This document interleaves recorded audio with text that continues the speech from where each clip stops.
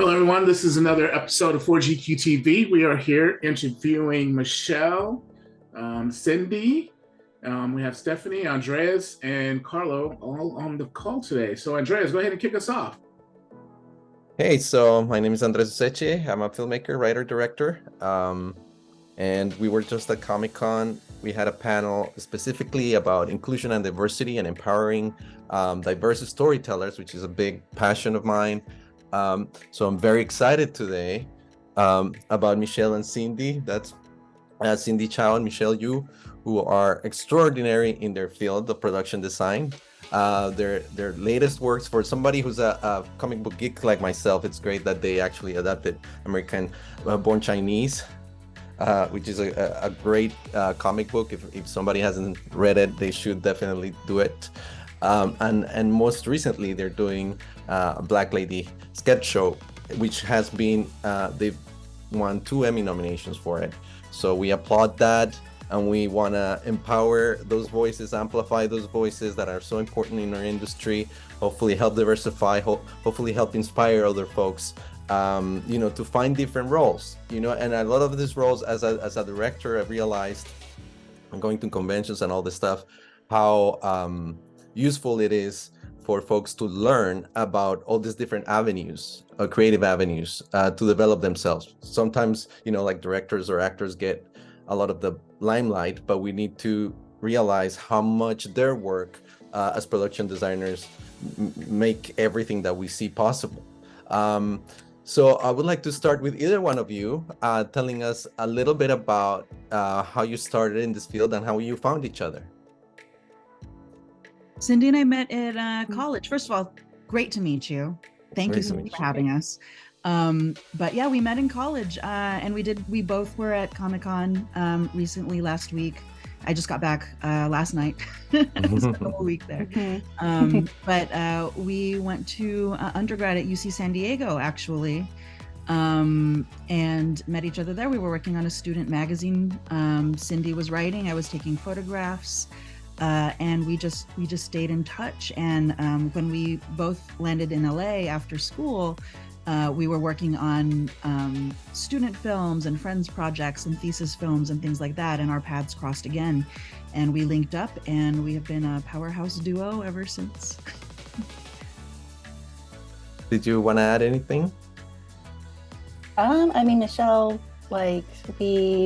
we synced up because we had similar things that we enjoyed, especially the art department. I remember the exact short that we crossed paths on was a short that a mutual friend of ours was working or was producing at the time for USC. And we just started talking about art department and how to get in, because it's hard to get in.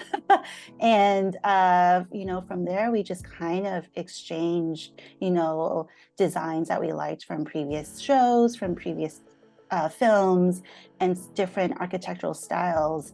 And kind of from there, our bond got us into doing a bunch of a continuation of doing a lot of thesis films, like Michele said, and been doing it ever since, just the two of us. And gradually, it's been almost 20 years, we've been able to have a bigger team recently on American Born Chinese. And it's been great to be able to develop and extend our friendship and relationship with other persons who are interested and working in the film of art department. And it's incredible to see how much we've gone from doing those little shorts. But I guess, and going back a little bit, my next question would be, did you always knew you wanted to be part of the art department, or how did you get to that point? Was there a moment of epiphany or just opportunity, or how did that happen? No. Going to UCSC, there was no film school. Both of us didn't go to film school. I know for me, I was always interested in film. I grew up in Hollywood. How can you not want to be in the film industry? But I actually was really interested in directing. I wanted to do storytelling, and directed a couple of shorts back in that program. It was a very conceptual and experimental program at UCSD, which both of us truly embrace. But directing, I found out, wasn't really for me. Just talking to actors is not something that I aspire to do. But having conversations with Michele about art department, how it was involved, there was something about being able to visually storytell and develop characters that really sparked my interest. And from there was navigating how you get, like I said, how you get into art department. And navigating how we did that is essentially where that passion laid, was being able to do storytelling through visuals.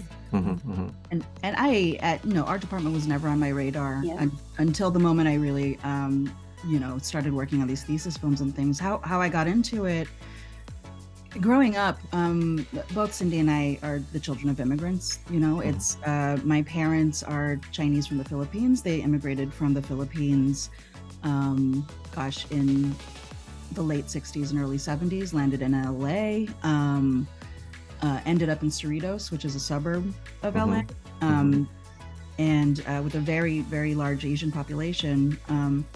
And I grew up in the suburbs, not really, I watched TV, I watched movies. I loved television. I did not ever really seriously think that was a career path for me.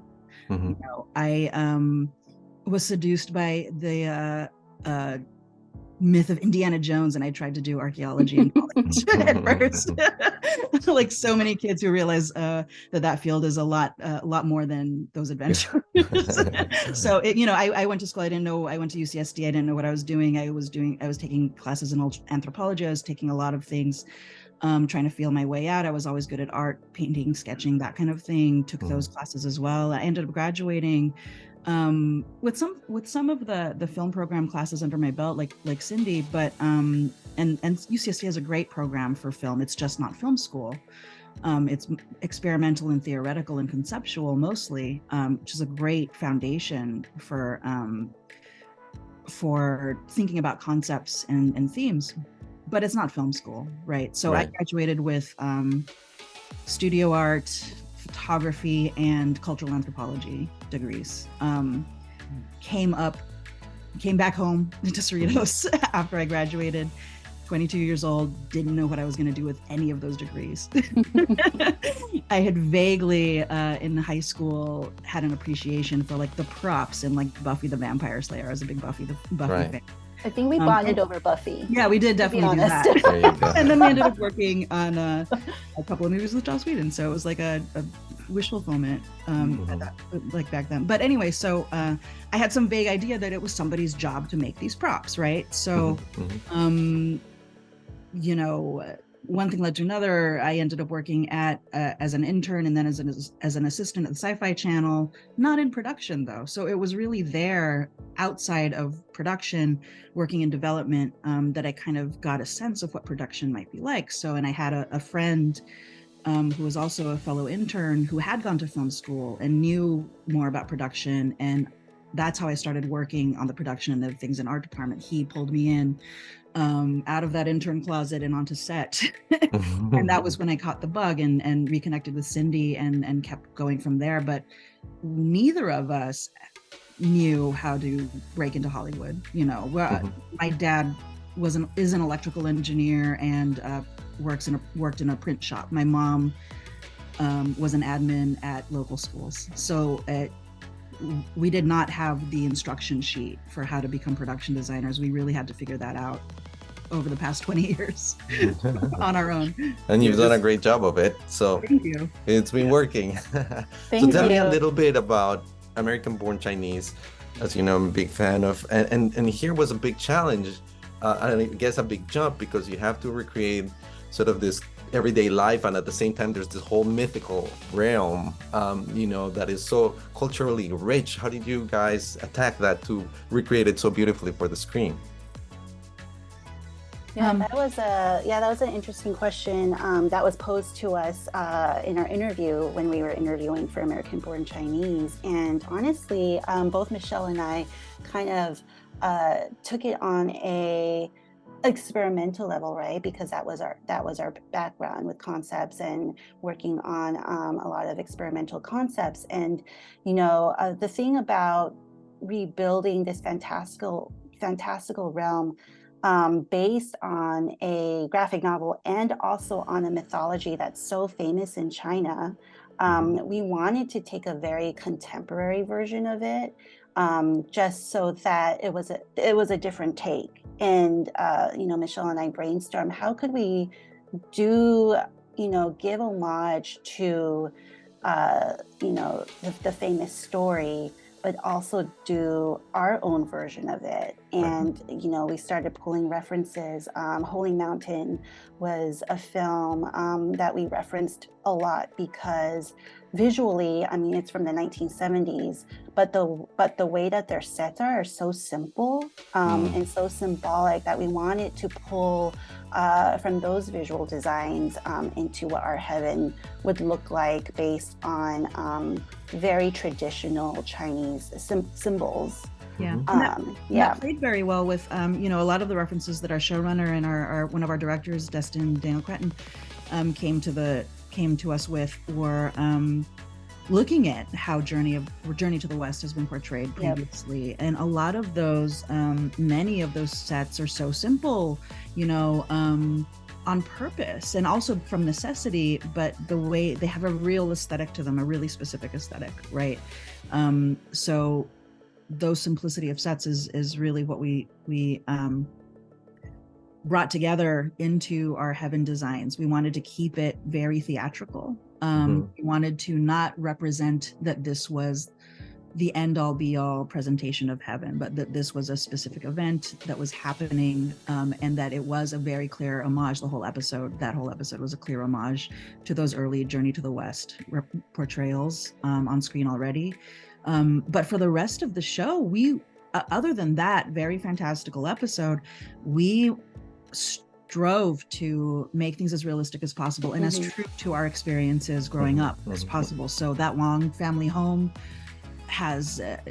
was designed through and through with our personal experiences in mind, and also consideration of the story that we wanted to tell for that family. We're not trying to, when you start from a place where you have such amazing rich source material like Jean Luen Yang's graphic novel, like Journey to the West is a myth, you want to be able to pay respect to both of those things and all of those references, but do your own thing, right? Because otherwise you're just transcribing, you're not creating anything new. So same with our personal experiences. We didn't want to just transcribe exactly what our houses looked like. We needed to keep in mind what story everybody wanted to tell. So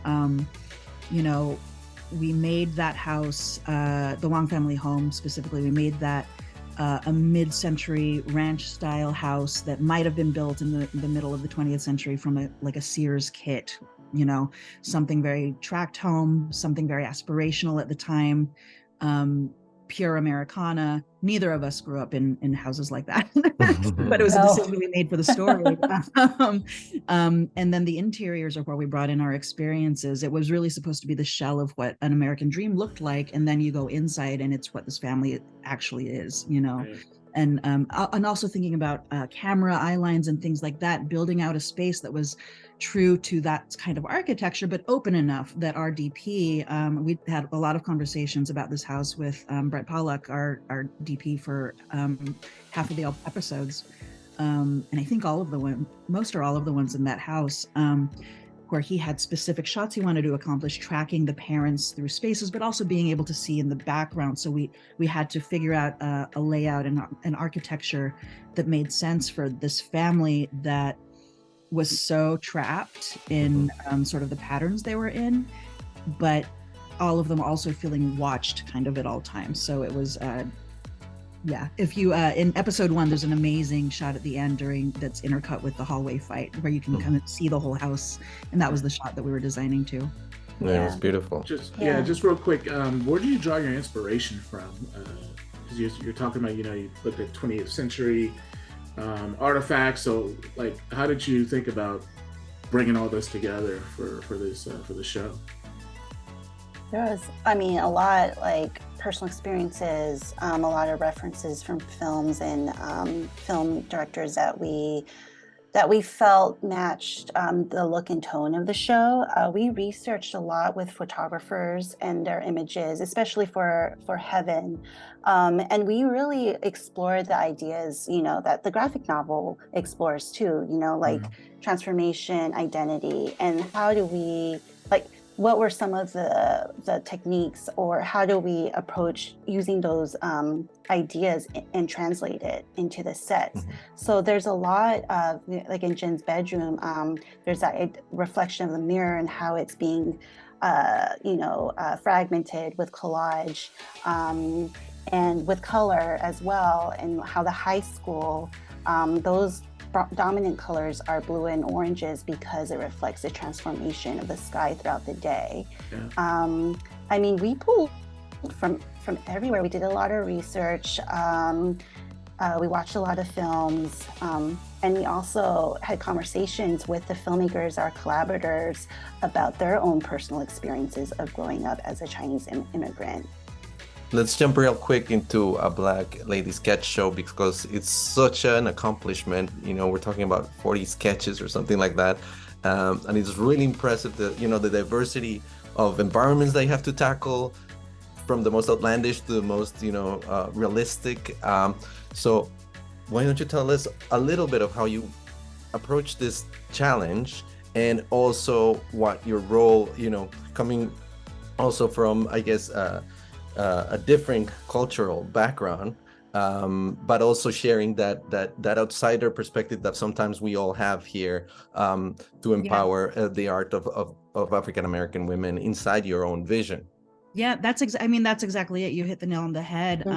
We and I know that we're running out of time, but for Black Lady Sketch Show, we come to that from a perspective of being women of color who, throughout our lives have not been valued as an audience. That's our starting off point of commonality in relationship to that show, where we understand what they're trying to do, and we are fully supportive of that mission and not trying to make it about anybody else's story.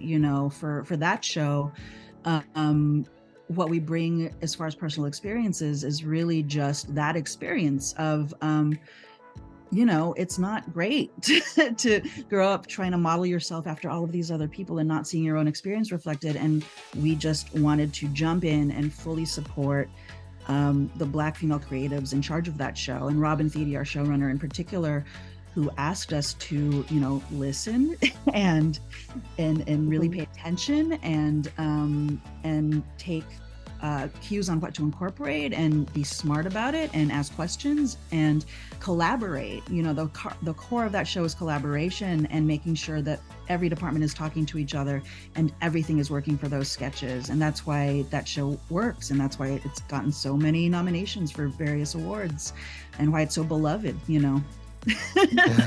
Congratulations. Thank you. If you could say a few words directly to maybe women of color who are looking at you being successful, inspiring them, but they themselves have come across maybe closed doors, what would you say to them right now? Don't stop. Yeah, don't stop. Be proud of who you are. Be proud that people want to hear your stories, and those stories need to be known in this industry. And just keep doing what you're doing. Yeah, and we're very fortunate that we're not alone in our position anymore. There are so many women of color in production design. Every time we meet a new friend that's doing what we do, we're like, oh my God, thank goodness, come in. It's as competitive as this field is. We just really want to meet other people who are coming from where we are, who are trying to do what we're trying to do, and build a community.